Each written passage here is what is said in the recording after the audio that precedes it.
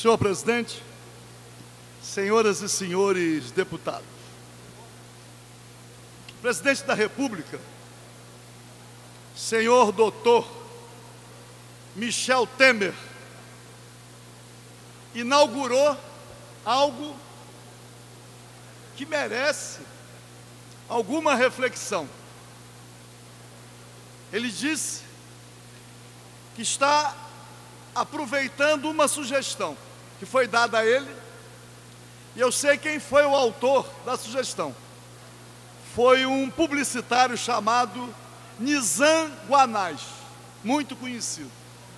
Disse que ele deveria, e ele o está fazendo, aproveitar a impopularidade para adotar as medidas amargas, segundo ele, em nome do interesse da população ou do interesse do país. E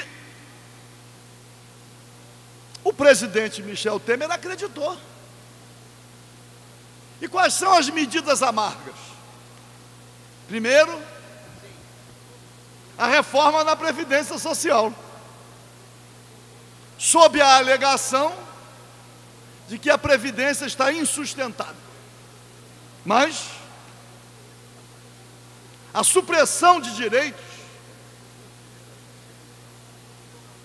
as mulheres devem ficar preocupadas, porque os direitos conquistados pelas mulheres, na reforma pretendida pelo impopular, assumido, presidente Michel Temer, golpeia trabalhadores, mas golpeia também as mulheres. Aliás, chegou a alimentar a possibilidade de fazer a reforma através de medida provisória, mesmo tratando de questões que envolvem emendas constitucionais. E um outro item, a reforma trabalhista, para que, primeiro, o acordado possa prevalecer sobre o legislado, numa quadra da vida nacional, onde campeia o desemprego ou o subemprego, fica muito fácil colocar o trabalhador diante do seguinte dilema: você abre mão das férias remuneradas para preservar o emprego. Você abre mão do 13º salário integral, mas preserva o seu emprego. Deixa ele de dizer que os direitos dos trabalhadores foram todos ratificados na Assembleia Nacional Constituinte. Não foi um debate que vem da década de 40, não. Ou um debate que vem da era Vargas, de 30 a 45, não. O debate foi muito aprofundado na Assembleia Nacional Constituinte. E para evitar retrocessos, os direitos dos trabalhadores foram inseridos na Constituição de 5 de outubro de 88 como cláusulas pétreas. Somente uma outra Constituinte poderá alterar esses dispositivos.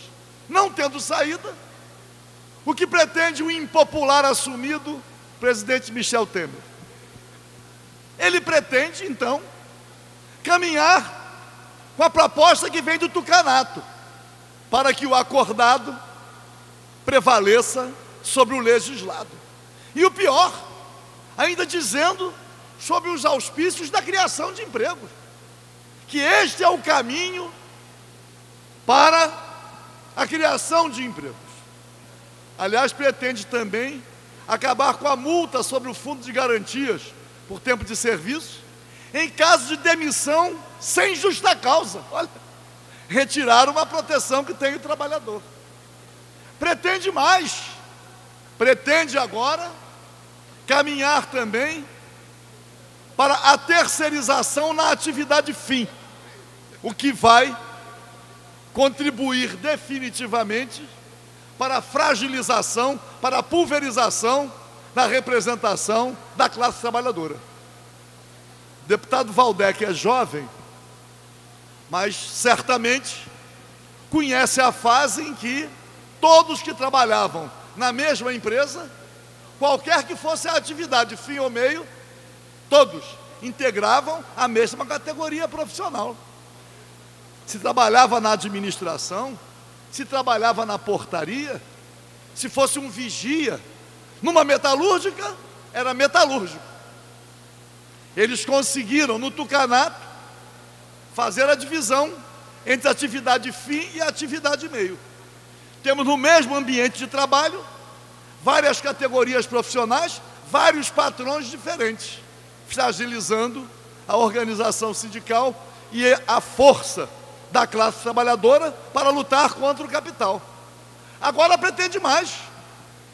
Pretende possibilitar a terceirização na atividade fim. Então eu quero desta tribuna, senhor presidente, primeiro, mandar um abraço para o senador Paulo Paim, que tem lá no Senado Federal lutado bravamente para impedir que os trabalhadores sejam golpeados. E que possamos daqui manifestar apoio à iniciativa do senador Paulo Paim em relação a uma comissão parlamentar de inquérito para investigar a Previdência Social, que eles querem dizer que a Previdência é deficitária. Eu quero dizer que participei da elaboração do plano de benefícios e custeio da Previdência, quando deputado federal. E sei, e não tenho dúvidas, de que a Previdência Social não é deficitária. Uma CPI vai investigar e vai concluir. Me lembro que recebemos na época de elaboração da Constituição e na época da elaboração do plano de benefícios e custeio da Previdência, informações que diziam o seguinte: o trabalhador que se aposenta por tempo de serviço vive em média, vivia na época 3 anos, média, se aposentava por tempo de serviço, vivia em média 3 anos, a demonstrar claramente, quando tratam da questão da idade, 65 anos, mas qual é a parcela da população que vive mais de 65 anos? Qual é a parcela da população que eleva a média de idade? É preciso concluir, conhecer esses dados, para que não haja um tratamento aparentemente justo, mas que, na verdade, vai causar grave prejuízo à classe trabalhadora, aqueles que são os menos remunerados. Imaginar que, quando falam, né, que o salário mínimo não pode acompanhar determinados índices, de cada 100 que trabalham, 75 recebem de 0 a 2 salários mínimos. É a remuneração da classe trabalhadora. Então, senhor presidente, vem a esta tribuna para dizer que o impopular assumido presidente Temer está tentando dizer que quer salvar o estado do Rio de Janeiro, governado também pelo impopular Pezão, que, não querendo adotar as saídas que alcancem os sonegadores, saídas que cobrem a dívida ativa, saídas em relação à sonegação, as saídas estão aí, mas um impopular tem que acabar de massacrar com o servidor público e com o serviço público.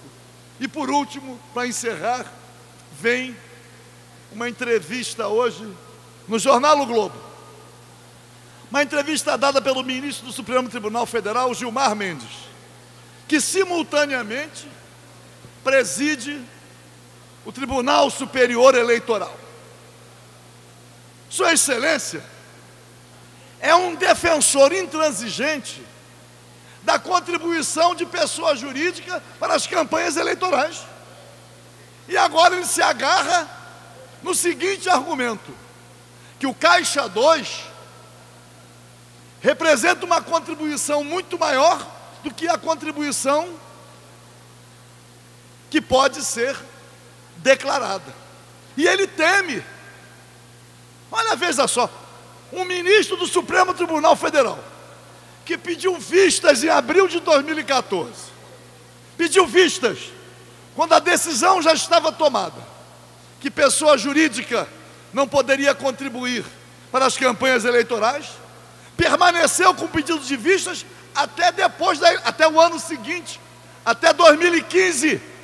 Agora, despudoradamente, e essa entrevista só poderia ter sido dada no jornal O Globo, que também defende claramente a contribuição de pessoa jurídica, sem qualquer referência às eleições municipais do ano passado.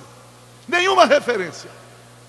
O ministro Gilmar Mendes deveria, ao dar uma entrevista sobre contribuição para a campanha eleitoral, ele deveria explicar por que ele pediu vistas e não entregou o voto, porque a decisão já estava tomada, impossibilitando a contribuição de pessoa jurídica na eleição de 2014.